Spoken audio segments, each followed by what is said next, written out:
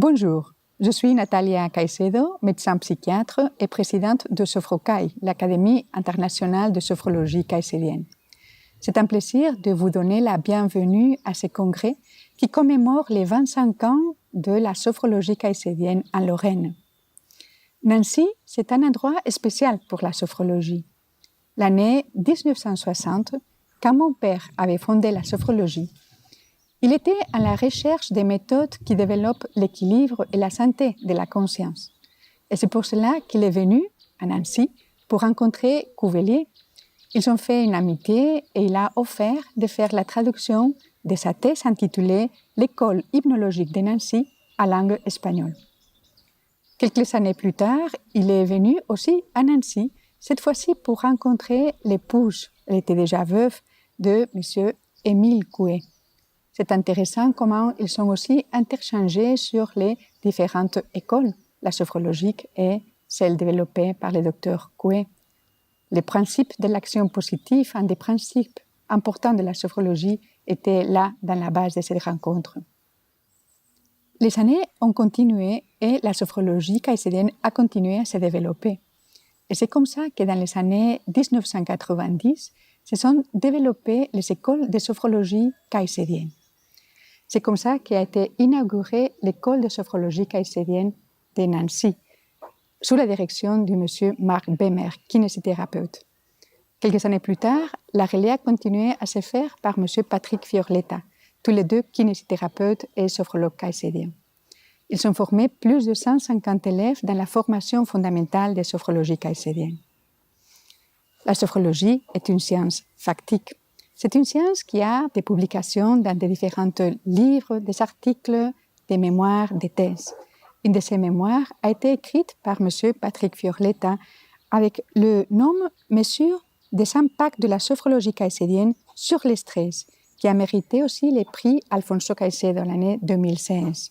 Cette mémoire a été présentée dans l'Institut de formation de masso-kinésithérapie. Il a aussi publié quelques articles par rapport à la sophrologie dans la revue de kinésithérapie et aussi la revue Hegel. Mais la sophrologie, c'est aussi une science pratique qui a été acceptée par les sciences de la santé et les sciences sociales. Nous allons maintenant l'expérimenter grâce aux ateliers qu'il y a dans ce congrès. Vous allez pouvoir vivre la sophrologie caïcédienne dans l'application, dans les sciences de la santé, donc dans la neurologie, dans la psychiatrie, dans le contrôle de la douleur, la préparation aux interventions chirurgicales, mais aussi dans les sciences humaines, comme dans la gestion des stress, dans la pédagogie. Je vous invite à faire la pratique de cette technique de sophrologie qui sûrement va laisser une trace dans vos mémoires, dans votre existence. Bonne pratique, bonne journée et excellent congrès. À bientôt.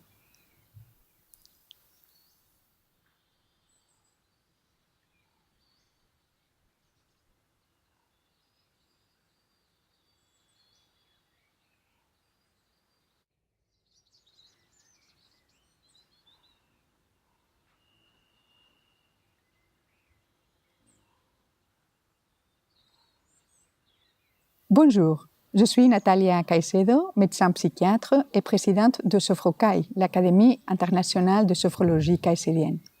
C'est un plaisir de vous donner la bienvenue à ce congrès qui commémore les 25 ans de la sophrologie caïcédienne en Lorraine. Nancy, c'est un endroit spécial pour la sophrologie. L'année 1960, quand mon père avait fondé la sophrologie, il était à la recherche des méthodes qui développent l'équilibre et la santé de la conscience. Et c'est pour cela qu'il est venu à Nancy pour rencontrer Cuvelier. Ils ont fait une amitié et il a offert de faire la traduction de sa thèse intitulée « L'école hypnologique de Nancy en langue espagnole ».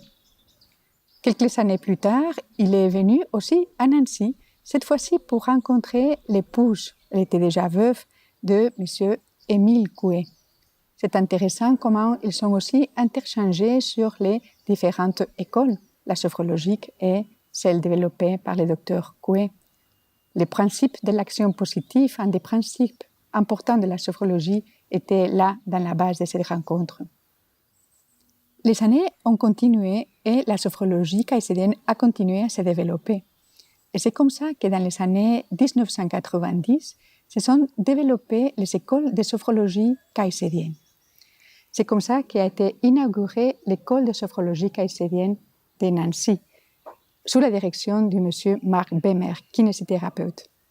Quelques années plus tard, la relais a continué à se faire par monsieur Patrick Fiorletta, tous les deux kinésithérapeutes et sophrologues kaysédiens. Ils ont formé plus de 150 élèves dans la formation fondamentale de sophrologie kaysédienne. La sophrologie est une science factique. C'est une science qui a des publications dans des différents livres, des articles, des mémoires, des thèses. Une de ces mémoires a été écrite par M. Patrick Fiorletta avec le nom « Mesure des impacts de la sophrologie kaysédienne sur le stress », qui a mérité aussi les prix Alfonso Caicedo l'année 2016. Cette mémoire a été présentée dans l'Institut de formation de masso-kinésithérapie. Il a aussi publié quelques articles par rapport à la sophrologie dans la revue de kinésithérapie et aussi la revue Hegel.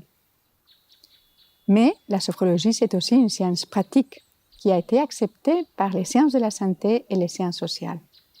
Nous allons maintenant l'expérimenter grâce aux ateliers qu'il y a dans ce congrès.